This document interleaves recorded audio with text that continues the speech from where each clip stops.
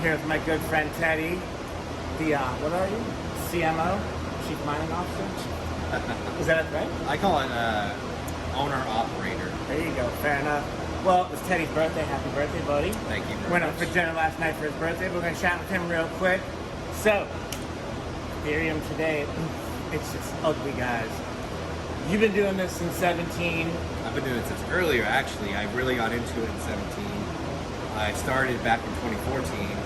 So this would actually be my third crypto crash, all in all. Been around the rodeo 3 times on that. Yeah. I mean, this is my second good one. But when we were mining, when I was mining a while ago, we were doing pretty well last year, man. We were killing it last year. Yeah, so Absolutely fucking killing it. where do you see it going? Right now, we're Ethereum. I don't know the exact price. We're below $1,000, like $900 earlier today, which hurts. We're talking about. So, what are you staying profitable at here if you keep running? I could actually go pretty low before we're at break even, actually.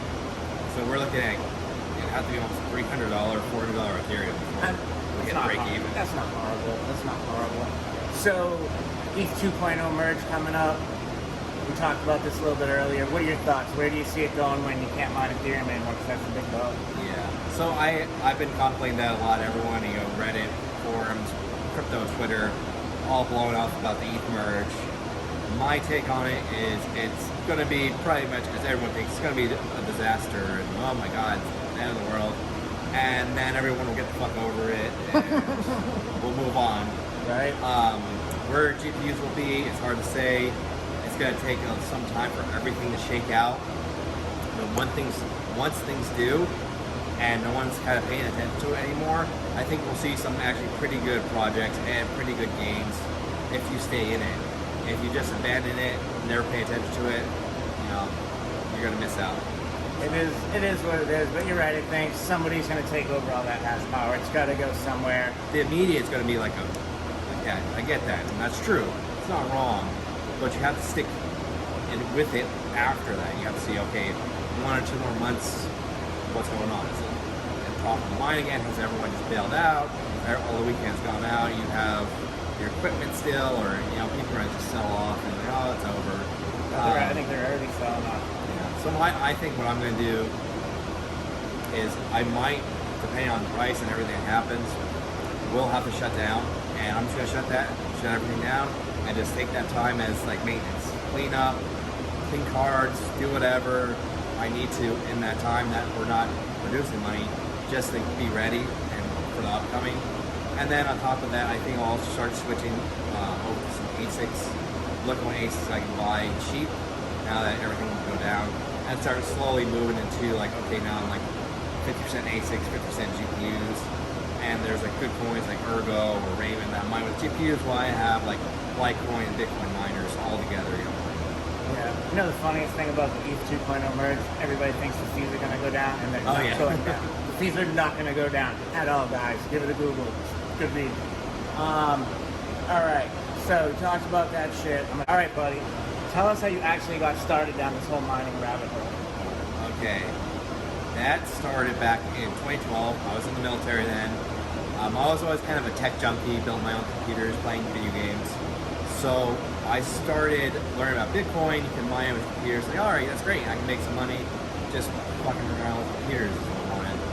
So I started that route. I mined like 1 Bitcoin, and then kind of stopped from there because I couldn't figure out how to sell it.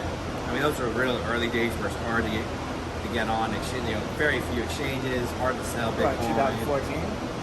2012. Oh, 2012. Jesus when I first couldn't sell started. it anywhere. No.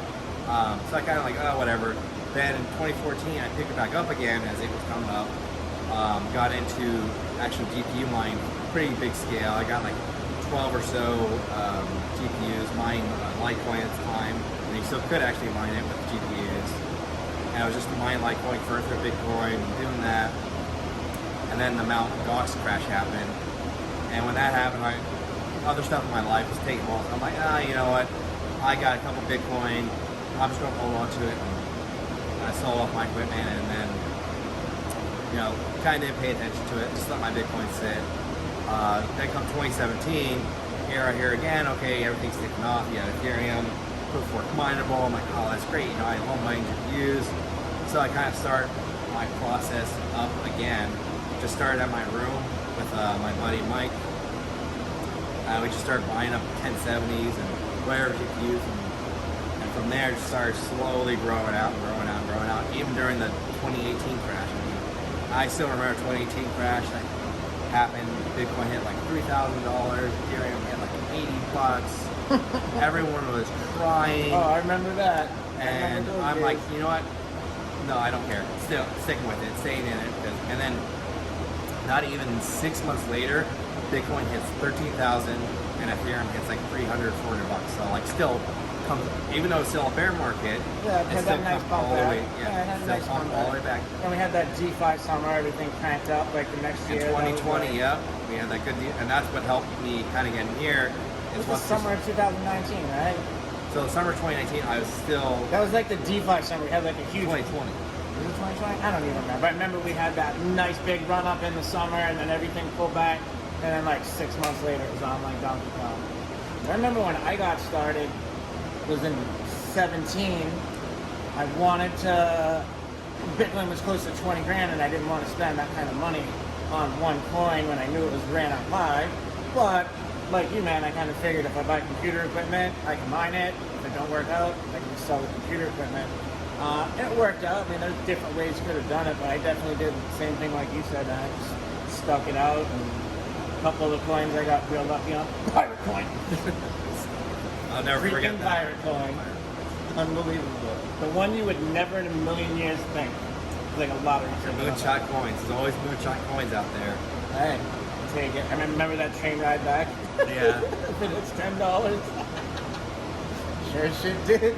Okay, I got home. Anyway, let's see what else. Oh, okay. So everybody's dying to know. How did you come up with the name of the company?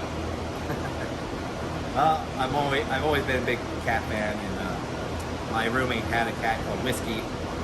So I'm like, you know, I'll just call it Wisker Tech because I like cats, and it's kind of stupid. I figured also too it's like a silly cartoonish name, so people would actually. It's definitely like a hilarious name. I mean, I like taking, you know, the spoof out of shit and just making it fun. Well, I had no idea when it said Wisker Tech until I saw the logo with the cat. Like last time I was here, I had no idea what that was for until I saw the cat. It was kind of funny though. We did all the upgrades last time we were here down in February, so it's like in the middle of June now. So what did you see for difference in temperatures from last summer to, you know, now with the upgrade with everything? It's been a major change because not only have we expanded the farm during the time and added a couple more, you know, add another 2 or 3 more clients during that time.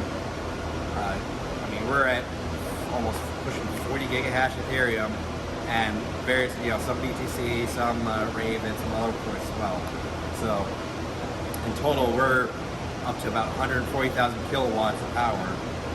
Previously, I was at about, say, 80,000 kilowatts and having heat trouble. So, us building this out, having those 4 exhaust fans, 4 huge exhaust fans, the rows, helped tremendously as far as getting heat.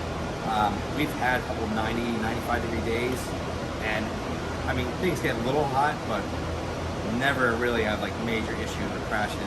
I remember last summer I had a couple small rigs here that you were holding for me running, and I remember like in the middle of the summer on the hot days, you just, I mean, if you guys that don't know, when these things get too hot, they just shut down.